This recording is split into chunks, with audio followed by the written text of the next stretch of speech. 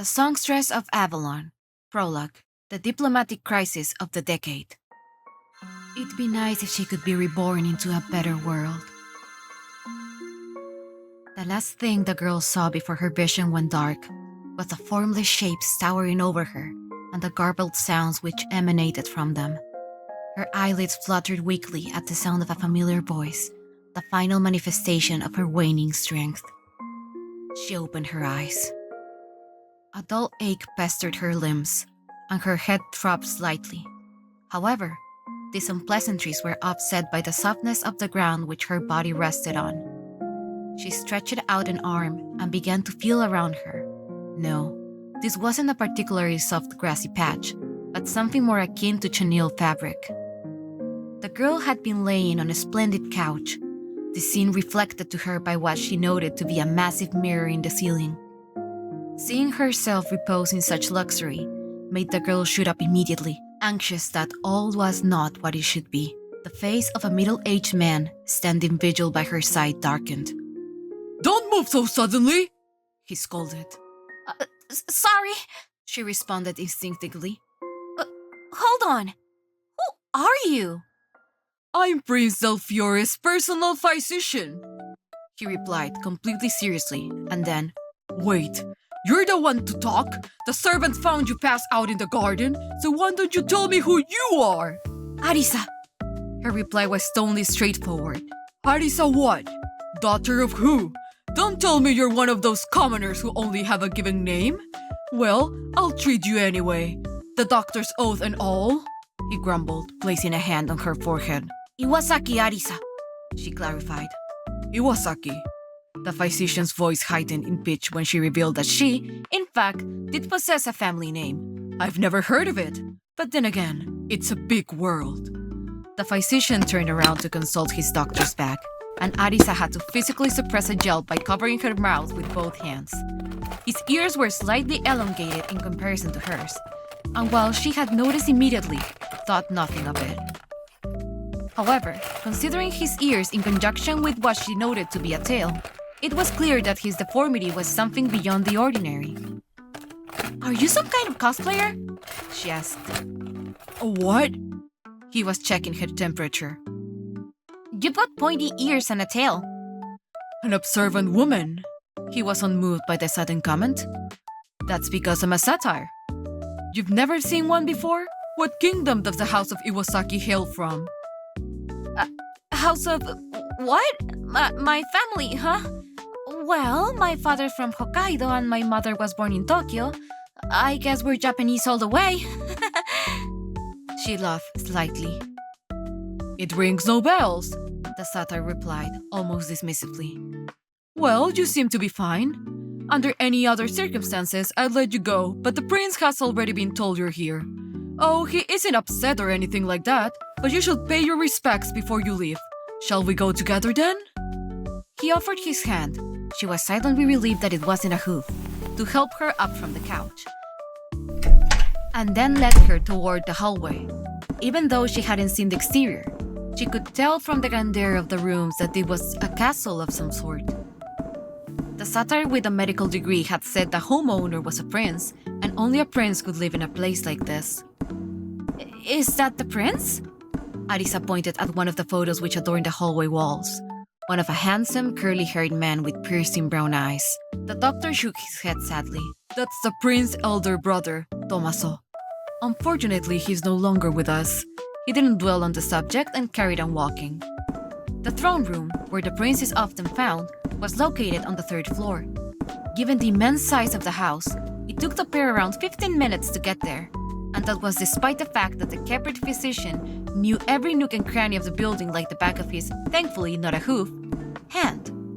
He muttered something to the guard standing outside the throne room, who nodded in response, and then proceeded to push open the double doors.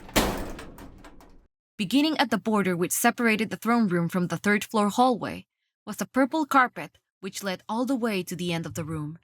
At the foot of said carpet were 3 steps half a foot in height, which led up to the room's namesake, the throne. A man who was unmistakably the prince rested on the exalted seat, smiling an inscrutable smile. His amber eyes narrowed at the sight of her, and he uncrossed his legs, allowing them to cascade freely over the edge of the seat. He looked expectantly in the direction of the guard who hastened to make the appropriate introductions. To the princely court, the distant traveler Iwasaki Arisa and the esteemed household physician Barclay Porridge have been granted an audience with Prince Lorenzo del Fiore. It went without saying that the theatrics were for the benefit of the small crowd milling around the throne. And of course, the prince himself, whose eyes brightened at the sound of his own name. When the guard finished speaking, Arisa was led towards the throne. Now that she was closer, Arisa could take in the sight of the prince more easily. Certainly, he looked the part of his tall, slim figure, filled the throne perfectly with delightfully raven hair, parted in the middle. He looked like the very picture of the handsome prince from the picture books. The princely garbs helped too. Actually, he was a splitting image of Fujiwara Yoshikazu, the Ronnie and Associates idol whose visage covered Arisa's bedroom walls. Just thank him for giving you the medical treatment. Nothing fancy here? The satyr called Barclay Porridge nudged her. Even though you're the one who treated me? She asked, confused. Shush! He admonished quietly. Not so loud! And my good deeds are the prince's good deeds. Now go on! She decided not to press the issue. Thank you for the medical treatment, Your Highness? She began awkwardly. And for letting me rest here. Your couch, especially, was very soft. She thought she had added a nice touch, but a somewhat flustered look on Dr. Porridge's face suggested otherwise. The prince hummed, as though none of what she had just said had registered. I'm sorry, but I got lost in your eyes. Here we go, the doctor seemed to mutter. The handsome prince leapt from his throne, his long legs carrying him down the steps to where the satyr and the girl stood. He clasped Arisa's left hand with both of his and gazed down at her. Amber and brown met, and she felt her heart begin to thump. Fujiwara-san, she flushed, and then slowly returned to her reverie. No, I mean, Your Highness! Beautiful girl, the prince began. The House of Del Fiore is happy to extend its help to anyone who needs it. What do you think of my home? Arisa was nonplussed. It's nice, I think. It's much bigger than my family's house in the suburbs. If you find it so nice, then why don't you stay? He asked. She tilted her head to one side, clearly confused. Stay? His nostrils flared, but only for the slightest second. Once again, he was the able charmer. Do you mean to make a prince say what he really means? I expected no less from a woman capable of becoming Lady Del Fiore. This is like the 6th Lady Del Fiore this month, one of the attendants whispered to the person beside him, out of earshot of the farce's main actors. You're new here, so you don't know. The other, a more seasoned attendant, responded. But the veritable prince can't be satisfied with just 4 or 5 women.